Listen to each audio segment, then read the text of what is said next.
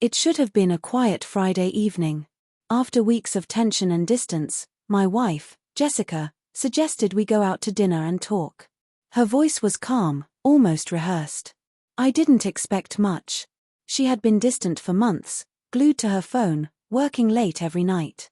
Still, a part of me clung to the hope that maybe she wanted to mend things. I put on my nicest shirt, booked a table at her favorite Italian spot in Portland, Oregon, and tried to convince myself we still had something worth saving. But the instant she sat across from me, eyes cold, fingers tapping on her wine glass, I realized this wasn't about reconciliation. It felt like a sentencing. The waiter had just poured our drinks when she looked up and said, "Daniel." Her voice was steady. "I'm leaving you." No hesitation, no tears. Just raw, merciless honesty. I stared at her, desperate for any sign of regret. There was none. "I've met someone else," she continued, as if admitting she'd swapped brands of coffee. "He makes me feel alive again." A strange calm settled over me, not shock, not anger, just clarity. I put my fork down, leaned back, and quietly asked, "So this dinner was for closure?" She nodded, relieved I wasn't yelling. "I didn't want it to end badly," she said. "I want us to be civil." Civil, that word cut deep. After 10 years of marriage, I was being dismissed with the courtesy of a corporate memo. I looked at her closely, really looked, and saw a woman already gone emotionally, perhaps even physically. Her hair was different, her perfume unfamiliar, and her phone lit up with messages she pretended not to notice. "What's his name?" I asked, though I already knew. "Doesn't matter," she said quickly, scanning the restaurant. "I just need to be honest with myself." I offered a faint smile. "Honesty's a good start," I said. "You might need more in about 2 minutes." She frowned. "What does that mean?" I didn't answer. I just glanced toward the entrance. A tall man in a grey suit had walked in, the same man whose photo had popped up on her phone 2 weeks earlier. Her business partner, her late-night project manager. His name was Ryan, a married father of 2, and my wife's new beginning. He hadn't noticed us yet, too busy helping a woman with her coat, a woman I immediately recognized as his wife, Claire. When Jessica turned and saw them, her face drained of color. Ryan froze mid-step, still holding his wife's purse. For a few excruciating seconds, the 4 of us simply stared at each other. I could almost hear Jessica's heartbeat from across the table.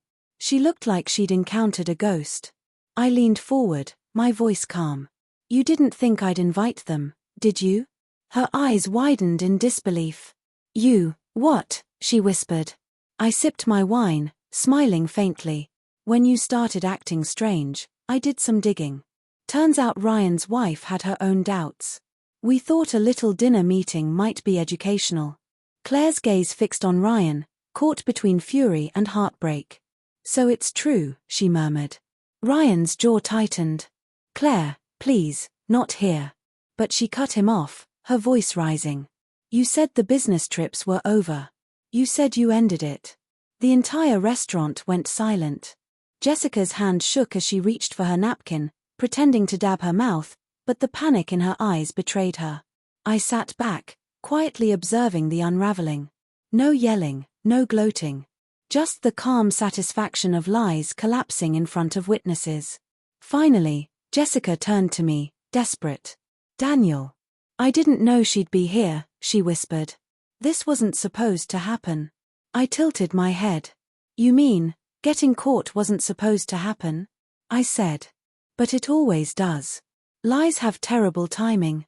Ryan tried to grab Claire's arm, but she shoved him away, tears streaking her face.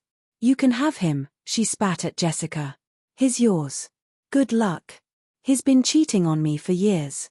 As the chaos played out, I stood, dropped my napkin on the table, and left a few bills behind for the meal. Jessica reached for me, her voice breaking. "Daniel, wait, please."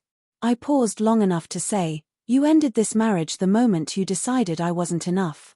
I just gave you the stage to say it publicly." Then I turned and walked out, leaving her and Ryan to sit in the wreckage of their own making. Later that night, Claire called to thank me. "I needed to see it for myself," she said softly. "I would never have believed it otherwise." We talked for an hour, Two wounded people sharing the same pain. No romance, no plans, just understanding, the kind that only comes from surviving the same betrayal. The next morning, Jessica showed up at our house in Salem, Oregon. Eyes red, makeup smudged. "I'm sorry," she said through sobs. "It's over with him. I was stupid, and I lost everything." I nodded, unmoved. "You didn't lose everything," I said. "You gave it away." She begged for another chance, but my answer was simple. "You said you wanted to be honest with yourself. Stay honest. This is who you are now." Then I closed the door.